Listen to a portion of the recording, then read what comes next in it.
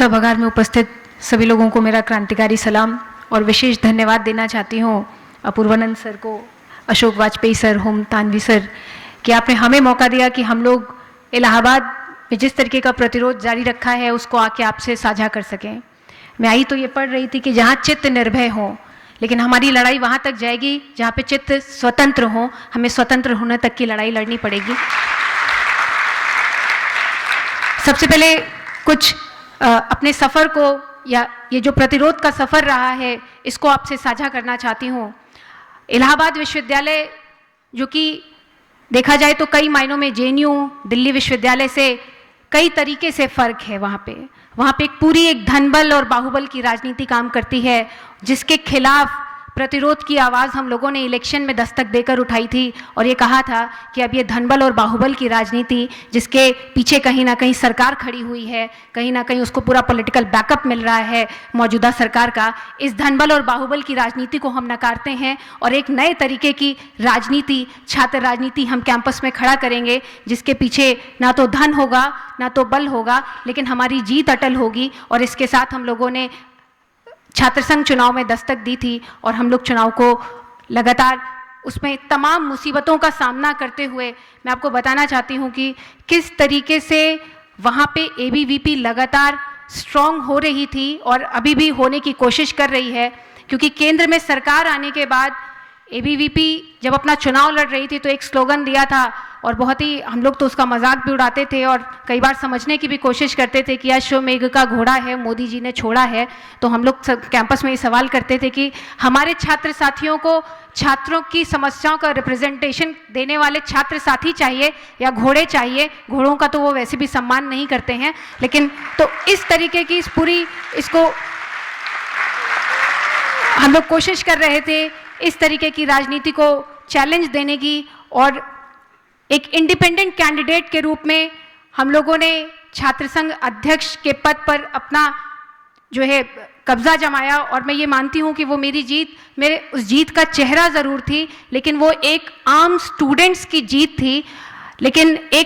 उस जीत के बाद एक और मेरे सामने चैलेंज खड़ा हुआ, क्योंकि उस पूरी यूनियन में मुझे छोड़कर बाकी सभी एबीवीपी के लोग चुन कर आए और एक नए तरीके का संघर्ष भी शुरू हुआ। और जिस दिन मैं शपथ लेने गई थी उस दिन एक धमकी के रूप में मुझे ये कहा गया कि अब आइए आपको एबीवीपी के साथ दिखाते हैं कि काम करके कैसा लगेगा। और उस दिन से हम लोग को समझ में आया कि हम लोगों का चैलेंज बहुत बड़ा है, क्योंकि अपना प्रतिरोध हमें बनाए रखना है और मजबूत तरीके से बनाए रखना है। और उसी के जद में ये शुरुआत हुई कि हमारे इलाहाबाद विश्वविद्यालय की एक परंपरा है कि जब नई यूनियन चुनकर आती है छात्र संघ का तो उसका उद्घाटन होता है, जिसका निर्णय छात्र संघ का अध्यक्ष करता है। लेकिन एबीवीपी ने वहीं से शुरुआत की और छात्र संघ अध्यक्ष को दरकिनार करते हुए ये फैसला किया कि वो योगी आदित्यनाथ को कैंपस में छात्र संघ का उद्घाटन करने के लिए बुलाएंगे। और असल में वो छात्र संघ का सिर्फ उद्घाटन नहीं था, बल्कि कैंपस का भगवाकरण विशुद्ध रूप से किया जाने की एक शुरुआत थी। 17 के चुनावों को देखते हुए ये शुरुआत थी और उन लोगों ने ये फैसला किया कि कैंपस में योगी आदित्यनाथ को बुलाया जाएगा। हम लोगों ने ये तय किया कि कैंपस में हम योगी आदित्यनाथ को नहीं आने देंगे, क्योंकि वो जिस तरीके से हेट स्पीच देते हैं, एंटी माइनॉरिटी हैं, एंटी दलित बातें करते हैं, एंटी विमेन हैं, उनको हम कैंपस में नहीं आने देंगे। इस पूरे संघर्ष में विश्वविद्यालय प्रशासन, यूनिवर्सिटी एडमिनिस्ट्रेशन लगातार एबीवीपी के साथ और उसके पीछे खड़ा हुआ था। उसने हम लोगों ने विश्वविद्यालय से ये कहा भी कि बिना अध्यक्ष की अनुमति के छात्र संघ का उद्घाटन हो नहीं सकता है। और मैंने एकदम साफ कह दिया था कि हम लोग कैंपस में योगी आदित्यनाथ को आने नहीं देंगे। इसके लिए कितनी भी बड़ी लड़ाई लड़नी पड़ेगी हम लोग लड़ेंगे। लेकिन बावजूद इसके इलाहाबाद विश्वविद्यालय प्रशासन पूरा सहयोग कर रहा था योगी आदित्यनाथ के कार्यक्रम को सफल बनाने में। पूरा कॉन्वोकेशन ग्राउंड दिया गया, उसको भगवा कलर के झंडों से, भगवा कलर के फूलों से सजाया गया और तैयार करके मंच दिया जा रहा था कि योगी जी आएं और यहाँ पे अपना जो उनका पतित पावन, अभी जैसे हमारे एक साथी कह भी रहे थे, उस तरीके का प्रवचन दें। और हम लोगों ने एकदम अस्वीकार कर दिया था कि कैंपस में इस प्रवचन को तो नहीं होने देंगे। और इसके लिए हम लोग हंगर स्ट्राइक पर भी बैठे, जहाँ पे एबीवीपी के पदाधिकारियों ने और एबीवीपी के लोगों ने हम लोगों के ऊपर रात में 1:30 बजे हमला किया। हमारे बहुत से साथियों को चोट आई, हम लोगों को भी बहुत चोट आई, मेरी राइट हैंड की मेरी भी कलाई टूट गई थी, लेकिन बावजूद इसके हम लोग वहां से हटे नहीं और ये तय कर लिया था कि योगी आदित्यनाथ कैंपस में नहीं आएंगे। बहुत से लोगों ने हम लोगों से ये सवाल किया कि आप लोग फ्रीडम ऑफ स्पीच की बात करते हैं तो फिर योगी जी को क्यों नहीं बोलने दे रहे हैं कैंपस में। ये एक मैसेज भी था कि कैंपस का भगवाकरण बर्दाश्त नहीं करेंगे, और एक और मैसेज था कि इलाहाबाद विश्वविद्यालय जो कि 30,000 छात्रों की यूनियन है, वो किसी 5 पदाधिकारियों की यूनियन नहीं है, अध्यक्ष और उपाध्यक्ष और महामंत्री की, जिसमें वो तय करेंगे कि कौन आएगा, बल्कि ये हर धर्म, हर जाति, हर लिंग के छात्रों को रिप्रेजेंट करने वाली यूनिवर्सिटी है। और ये मेरा काम बनता था अध्यक्ष होने के नाते कि हम लोग किसी भी छात्र की भावनाओं से खिलवाड़ ना हो, ना वो दलित छात्र, ना वो मुस्लिम छात्र, ना वो छात्राएं। और इसके तहत हम लोगों ने अंततः योगी आदित्यनाथ को कैंपस के अंदर नहीं आने दिया। लोग लगातार हम लोगों के सामने ये चैलेंज भी आ रहा था और लोग इस बात को कह भी रहे थे कि आप लोग मुट्ठी भर लोग हैं, क्योंकि कॉमन स्टूडेंट कई बार पढ़ाई की तरफ मुड़ जाता है और वो इस तरीके के प्रोटेस्ट में नहीं आके हिस्सेदारी करता है। तो एक बड़ा चैलेंज था कि कैसे योगी जी को रोका जाएगा। और लेकिन हम लोगों ने, और बार बार लोग ये कहते भी थे कि आप लोग ये जो कर रहे हैं ये पब्लिसिटी स्टंट के लिए कर रहे हैं और आप उन्हें रोक नहीं पाएंगे, क्योंकि योगी आदित्यनाथ को जहां जाकर जो कहना होता है, और वो भी मुख्य रूप से उत्तर प्रदेश में, उनको रोकने वाला कोई नहीं है। और इस तरीके के नारे लग रहे थे कि कैंपस में रहना है तो योगी योगी कहना है। तो हम लोगों ने एकदम उसको दरकिनार किया और कहा कि कैंपस में रहना है तो योगी को नहीं आने देना है। तो एकदम ये तय कर चुके थे और अंततः योगी आदित्यनाथ कैंपस में नहीं आ पाए। बहुत संघर्ष की जीत थी, बहुत हमारे साथी उसमें घायल हो गए थे, साथियों के साथ बुरी तरीके से मारपीट गई थी। एबीवीपी के लोग पूरी तरीके से उग्र हो चुके थे, वो शहर को जलाने की तैयारी में थे। लेकिन बावजूद इसके हमें ये मालूम था कि ये लड़ाई आने वाले दिनों की लड़ाई है, इसलिए आज थोड़ा घायल होना, आज की लड़ाई, इसको मजबूत रूप से लड़ना होगा ताकि हम अपना प्रतिरोध भी दर्ज करा सकें और एबीवीपी को और केंद्र की सरकार को एक खुला मैसेज दे सकें कि इलाहाबाद विश्वविद्यालय से आप अपने भगवाकरण की उम्मीद करिएगा मत। आप चाहे जितना कोशिश कर लेंगे, यहाँ से भगवाकरण नहीं हो पाएगा। योगी आदित्यनाथ को रोकने के बाद से लगातार कैंपस में मुझे तमाम तरीकों से टारगेट किया गया। मुझे छात्र संघ अध्यक्ष के रूप में चुनकर आए लगभग 6.5 महीने हो रहे हैं और इस 6 महीने में मुझे 5 नोटिसेज मिल चुकी हैं और मेरे ऊपर 3-4 कमेटी बन चुकी है। कभी वो मेरे इलेक्शन पे कमेटी बना देते हैं कि ये चेक करो कि ये जीत कर कैसे आ गई, जिसको उन्होंने खुद ही कंडक्ट करवाया है। फिर कभी वो कहते हैं कि मुझे शो कॉज का नोटिस दिया गया, योगी आदित्यनाथ को आपने क्यों रोका। मुझसे ये सवाल यूनिवर्सिटी पूछ रही थी और यूनिवर्सिटी को ये नहीं समझ में आ रहा था कि कैंपस जो कि एकेडमिक्स की जगह है वो हेट स्पीचर्स की जगह नहीं है, हम उन्हें नहीं आने देंगे। इसके साथ ही साथ मुझे डिफेमेनेशन की नोटिस मिली हुई है वाइस चांसलर की ओर से, क्योंकि वाइस चांसलर ने जिस ओएसडी की नियुक्ति की है उसके ऊपर सेक्सुअल हैरेसमेंट और दलित एट्रोसिटी एक्ट लगा हुआ है। और मैं आपको ये भी बताना चाहती हूँ कि इन सारी चीज़ों के चलते हम लोगों ने एमएचआरडी को 5 चिट्ठियाँ लिखी हैं, लेकिन आज तक एमएचआरडी ने एक भी चिट्ठी का जवाब नहीं दिया। और वहीं हमारा एक साथी था रोहित, जिसके की केस में एमएचआरडी ने बार बार जाके इंटरफेयर किया था और ये कहा था कि इस छात्र के साथ कार्रवाई क्यों नहीं हो रही है। तो ये है इनका दोहरा चेहरा और इस तरीके से आप स्पष्ट रूप से देख सकते हैं कि किस तरीके से कैंपसेस के अंदर मौजूदा सरकार एमएचआरडी के जरिए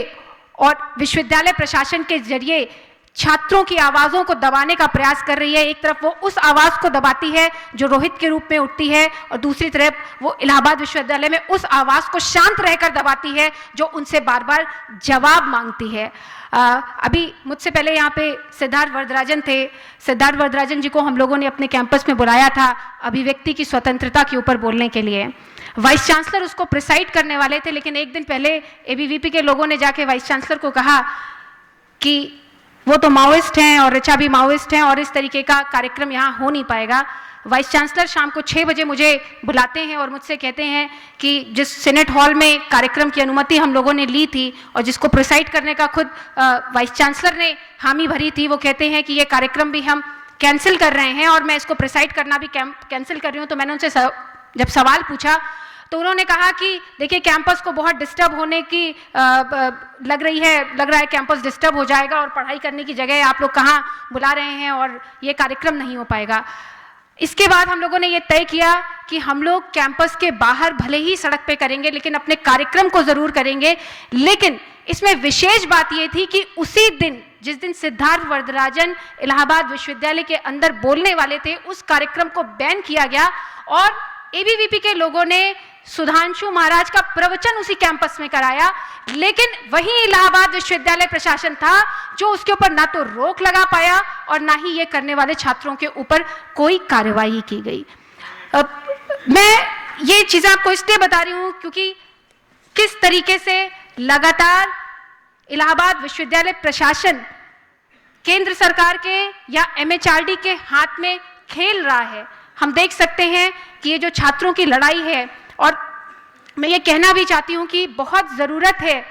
एक काम तो इन लोगों ने अच्छा किया है कि पूरे देश में छात्रों को यूनाइट कर दिया है और हम सब यहाँ पे मिल बैठकर बात कर रहे हैं, तो इसके लिए ये तो एक अच्छा काम किया है, इसको हम लोग को कोताही नहीं करनी चाहिए इसमें उनकी वो करने में। लेकिन ये अच्छा काम इनके लिए बहुत खतरनाक साबित होने जा रहा है। क्यों? क्योंकि इसके ज़रिए जो इनकी मंशा थी वो पूरी तरीके से फेल होने वाली है। मैं एक चीज़ कहना चाहती हूँ कि इस वक्त एक और ज़रूरत है कि हम लोगों का ये जो पूरा आंदोलन अलग अलग विश्वविद्यालय में अलग अलग स्टेट्स में चल रहा है, इसमें कॉमन स्टूडेंट को भी जोड़ा जाए। इसलिए क्योंकि कहीं ना कहीं कॉमन स्टूडेंट ये सोच रहा है कि ये कुछ पॉलिटिक्स करने वाले स्टूडेंट्स का मूवमेंट है या फिर ये कुछ खास तरीके के छात्र संगठनों का मूवमेंट है, जबकि हमारी लड़ाई बहुत बड़ी है। और हमें मैं कल भी केरला में थी और केरला के साथियों से जब हम लोगों ने बात की तो हम लोगों ने वहाँ पे भी यही बात कही कि आज वो दौर आ चुका है कि किसी छात्र को ये मालूम नहीं है कि उसकी बारी कब आने वाली है, और इस बारी से बचने के लिए, छात्रों के अस्तित्व को बचाए रखने के लिए, जो डेमोक्रेटिक स्पेस है उसको बचाए रखने के लिए बहुत ज़रूरी है कि हम लोग इस लड़ाई को बहुत मजबूती से लड़ें। और इस लड़ाई में हम लोग को एक कॉमन अलायंस बनाना पड़ेगा पूरे देश भर में, जहाँ पे हमें अपने कुछ जो हमारी सांगठनिक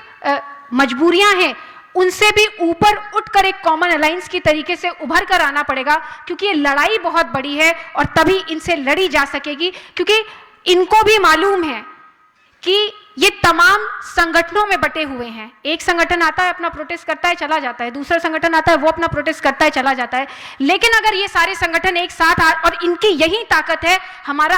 अलग अलग हिस्सों और टुकड़ों में बटे होना, तो बहुत ज़रूरत है कि सारे संगठन जो भी इन फासिस्ट ताकतों के खिलाफ लड़ाई लड़ रहे हैं या जो मानते हैं कि कैंपसेस का भगवाकरण नहीं होना चाहिए, और ये सिर्फ कैंपसेस की बात नहीं है, अलग अलग इंस्टीट्यूशंस के थ्रू कोशिश की जा रही है पूरा भगवा रंग पहनाए जाने की, पूरे राष्ट्र को एक हिंदू राष्ट्र के रूप में इम्पोज किए जाने की या एक हिंदू राष्ट्र की संकल्पना को इम्पोज किए जाने की। तो बहुत ज़रूरत है कि एक कॉमन अलायंस बने जिसमें तमाम मतभेदों के बावजूद इनके सामने एक बड़ी फाइट हम लोग रख सकें, और जिसमें एक बात तो तय है कि वो एक ऐड आता था कि डर के आगे जीत है, लेकिन हम लोग ये जानते हैं और हम लोग ये मानते हैं कि डर के आगे नहीं, संघर्ष के आगे जीत है, और हम लोग संघर्ष करेंगे और इनकी इस मंशा को सफल नहीं होने देंगे। एक बात बार बार लोग कहते हैं कि ये जो मौजूदा सरकार है इसको युवाओं ने चुना था, जिसको ये अपनी ताकत मानते हैं और ये मानते हैं कि हमारे पीछे युवा हैं, लेकिन इनको इस बात का एहसास नहीं है कि युवा जहां आपको चुनना जानता है, युवाओं के अंदर अधीरता भी बहुत होती है। युवा जितनी जल्दी चुनते हैं उतनी जल्दी आपको निकाल के फेंकना भी जानते हैं, क्योंकि जिंदा कौमें 5 साल का इंतजार नहीं किया करती हैं, और आज वो पूरे देश में शुरू हो गया है। पूरे देश के स्टूडेंट्स, ये एक बहुत अहम बात है कि across the campuses, across the region छात्रों के अंदर एक यूनिटी बन रही है, और एक कैंपस की लड़ाई सिर्फ एक विशेष कैंपस की लड़ाई नहीं रह गई है, बल्कि वो आम छात्रों की लड़ाई बनकर उभर कर आ रही है। और जिस तरीके से ये यूनिवर्सिटीज़ में इमरजेंसी के हालात बनाने की कोशिश कर रहे हैं, हम लोग ने हैदराबाद में देखा, और अभी भी हैदराबाद के साथ ही जिस तरीके से उनके ऊपर लाठीचार्ज हुआ, जिस तरीके से जेएनयू को पूरे जेएनयू को टारगेट किया गया, और हैदराबाद में मेस बंद कर दी गई, एटीएम बंद कर दिए गए, वहाँ की सोशल नेटवर्किंग साइट्स को बंद करने के लिए इंटरनेट बंद कर दिया गया ताकि छात्र एक दूसरे से कट जाएं। ये इमरजेंसी के हालात बनाने की कोशिश, हमारे इलाहाबाद यूनिवर्सिटी के अंदर भी वाइस चांसलर ने सारे प्रोग्राम्स को बैन कर दिया है, आप कोई प्रोटेस्ट नहीं कर सकते हैं कैंपस के अंदर, लेकिन ये सिर्फ एबीवीपी को छोड़कर बाकी लोगों के लिए, एबीवीपी कुछ भी कर रहा है और एबीवीपी के ऊपर कोई बैन नहीं है। तो अब वो लड़ाई है जहां पे लड़ाई सिर्फ लेफ्ट वर्सेस राइट की लड़ाई नहीं है, ये सही और गलत की लड़ाई है, ये अपनी जगह को बचाए रखने की लड़ाई है, और ये लड़ाई है लुम्पेन वर्सेस कॉमन लोगों की लड़ाई, जिसमें इन एबीवीपी के ये जो गुंडे हैं जो कि कैंपस में लगातार उग्र हो रहे हैं या पूरे देश में जिस तरीके से वो उभर कर आ रहे हैं, उनके खिलाफ हम सबको एक होकर उभर कर आना पड़ेगा। और ये जो लड़ाई शुरू हुई है, इस लड़ाई को बहुत दूर तक सस्टेन कराने की ज़रूरत है, और ये तब तक लड़ी जाएगी जब तक हमारे चित्त केवल निर्भय ही नहीं बल्कि हमारे चित्त स्वतंत्र होने की स्थिति नहीं बन जाती है, और ये लड़ाई हम तब तक लड़ेंगे। इनकलाब जिंदाबाद।